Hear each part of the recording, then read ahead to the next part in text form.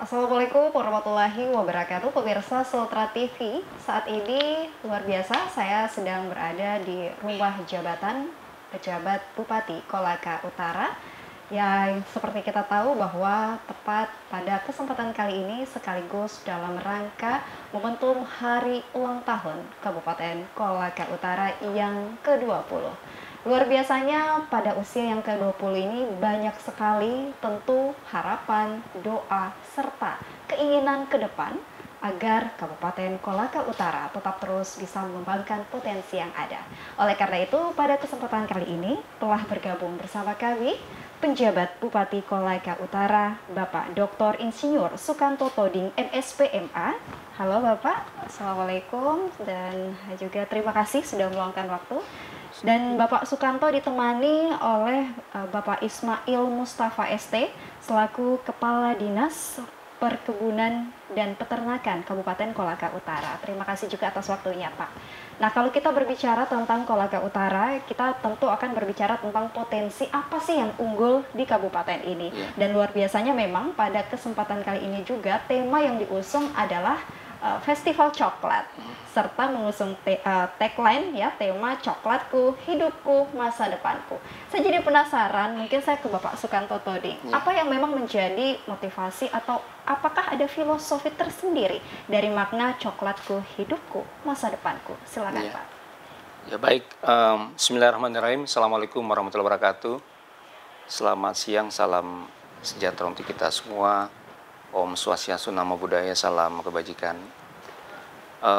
Terima kasih ya Saudari Dian telah memberikan kesempatan kami untuk melakukan semacam jumpa pers ya dan wawancara terkait dengan hari ulang tahun Kolaka Utara ke-20 ya.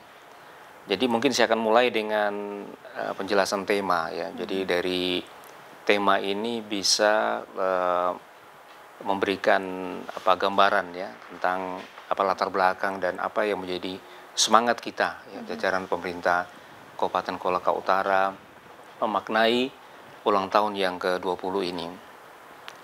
Nah, ini kalau kita lihat bahwa kalau kita ilustrasikan seorang manusia gitu ya, 20 tahun itu adalah usia yang sangat kalau seperti seorang wanita itu adalah usia yang sangat ya, masa-masa yang kalau kita punya anak itu adalah kematangan dia ya, dia sudah di perguruan tinggi ya, sebentar lagi sarjana dan fase dewasa dan sebentar lagi mungkin akan dipinang orang gitu. Iya, benar sih. Ya gitu ya. Jadi semangat itulah yang menginspirasi kita bahwa momentum 20 tahun ini adalah kita untuk bersemangat ya, bersemangat memberikan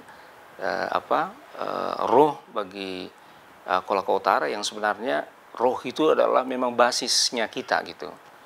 Nah, inilah kemudian kita buatkan tema gitu, yaitu temanya membangun Kolaka Utara yang bertumpu pada keunggulan komparatif sumber daya alam ya, yang ditopang dengan ekonomi kreatif ya, menuju Kolaka Utara yang berdaya saing ya. Jadi ada beberapa kata kunci di situ, yaitu yang pertama adalah pembangunan pembangunan keunggulan komparatif yang berbasis sumber daya alam. Nah, kita ini punya keunggulan komparatif ya. Maksudnya yang bawaannya itu beda dari daerah lain ya. Kita punya potensi sumber daya alam, kalau dari sisi komoditas itu ada coklat ya, yang sangat melimpah ya Pak. Iya gitu ya.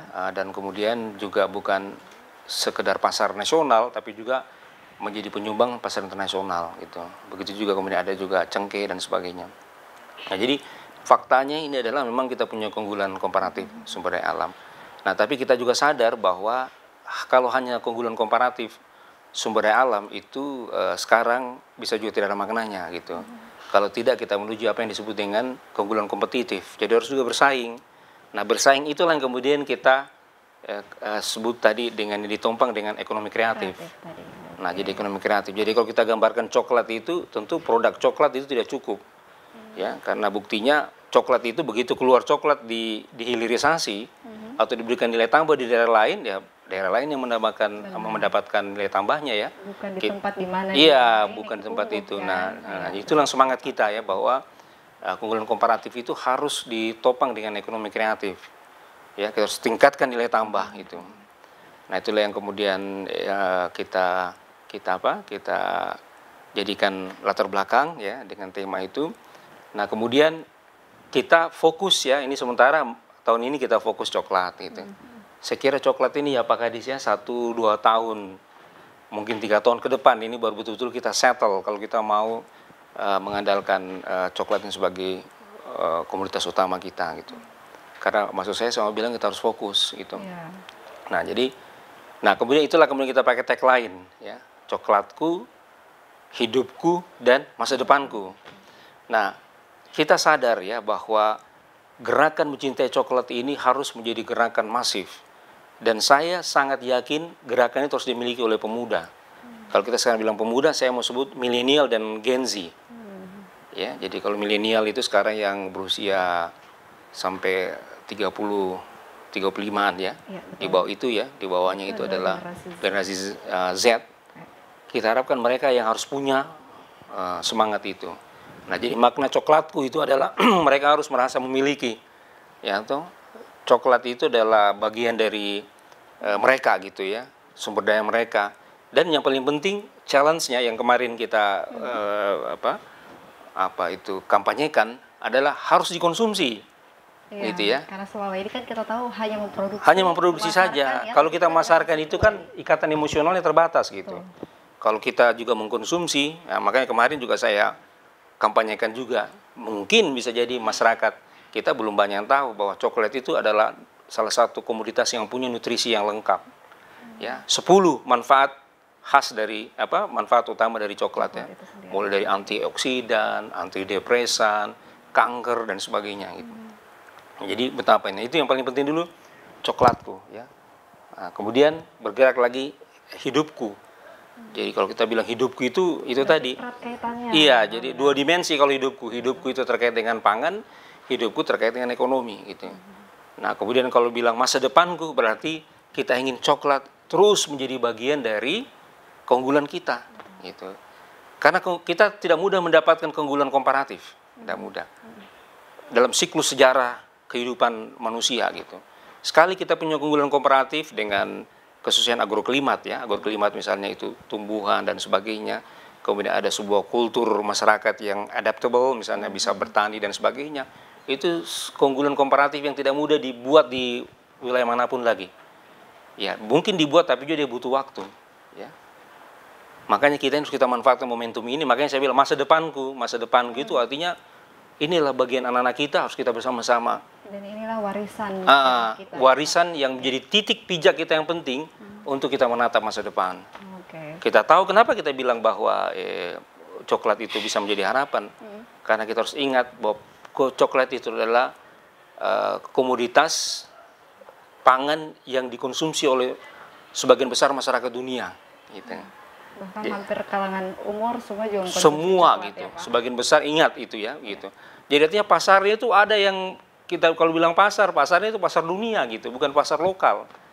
Nah, sehingga itu tadi sayang kita ya kalau kita tidak tanamkan itu pada anak kita, benar warisan ekonomi orang tua kita pertahankan dan semua dunia menoleh kepada kita karena kita adalah sumber penghasilnya gitu.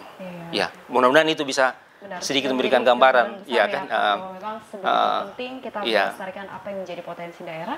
Salah satunya adalah komoditi coklat. Betul. Nah, saya mungkin langsung ke Bapak Kadis. Kalau Bapak Kadis karena memang Dinas Perkebunan dan Peternakan pasti lebih spesifiknya tahu bagaimana memang potensi komoditi coklat saat ini di Kolaka Utara. Saya minta tanggapan Bapak Ismail terlebih dahulu. Bagaimana sih Pak kalau memang melihat saat ini keunggulannya?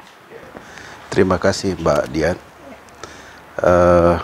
Jadi sudah sejak lama kakao itu dikenal di Kolaka Utara.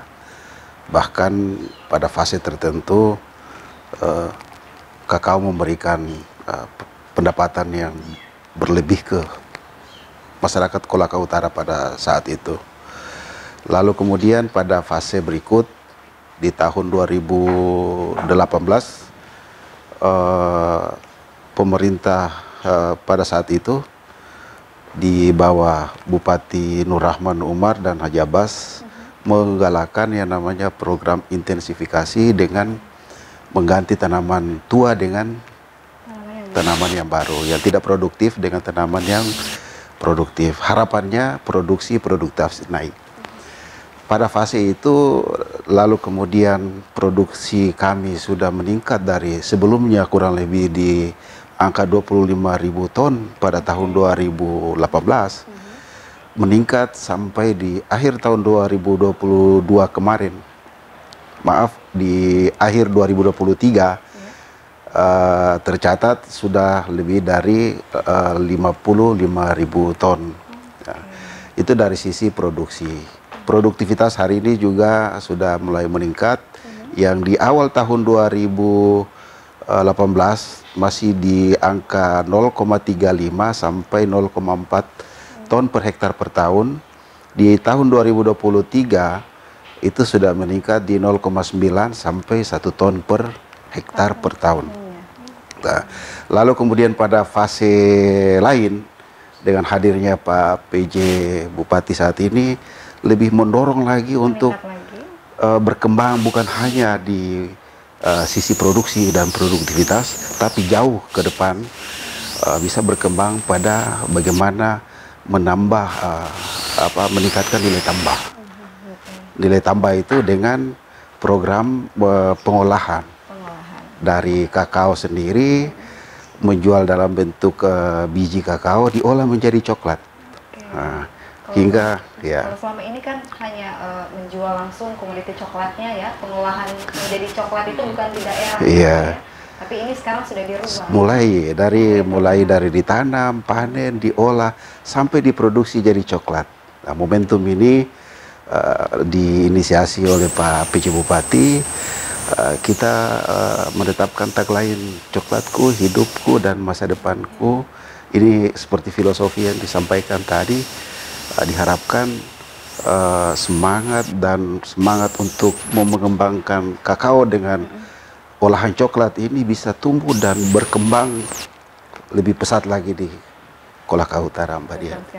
Pak, saya kembali ke Bapak Sukanto. Kalau kita menelisik kembali, saya mengkorelasikan bahwa pernah perbincangan kita sebelumnya ya, bahwa langkah awal yang akan dilakukan pada saat itu ketika menjabat sebagai Bupati Kolaka Utara sebagai penjabat adalah bagaimana menumbuhkan semangat kembali para generasi muda dan menjadikan mereka memang betul-betul berkontribusi penuh pada apa yang menjadi potensi daerah. Nah, apakah ini memang bentuk perwujudan dari pernyataan pada saat itu?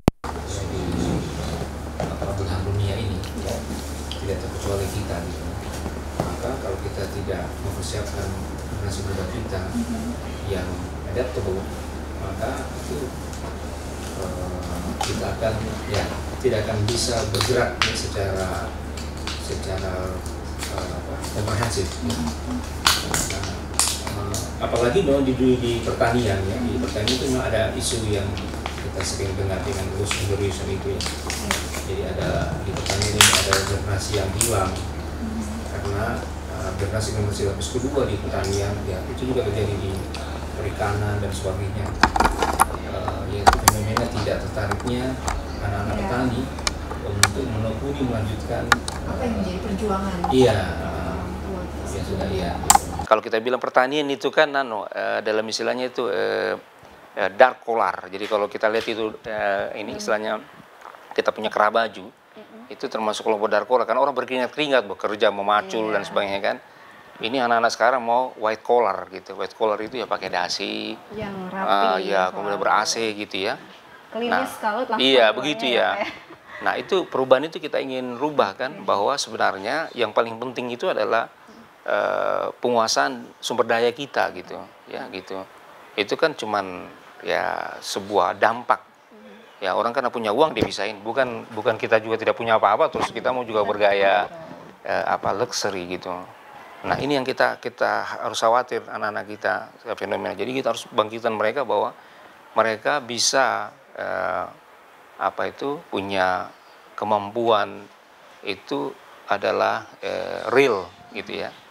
Ya, real dengan menggarap sendiri yang menjadi keunggulan kita, itulah salah satunya sumber daya pertanian. Betul sekali. Dan ya semoga dengan inovasi inilah kita harapkan para pemuda ini akhirnya mampu mengambil peran ya Pak, mulai merubah mindset mereka yang tadinya sangat luxury, Bapak katakan, dan menjadi bagaimana bisa luxury seperti itu. Nah inilah yang semoga pasti tidak mudah untuk dilakukan, butuh kolaborasi penuh, butuh kerja keras, dan saya yakin saat inilah dituntut agar kita semua bisa memberikan kontribusi bagi pembangunan daerah. Nah pemirsa, kita masih akan kembali setelah yang satu ini, jangan kemana-mana.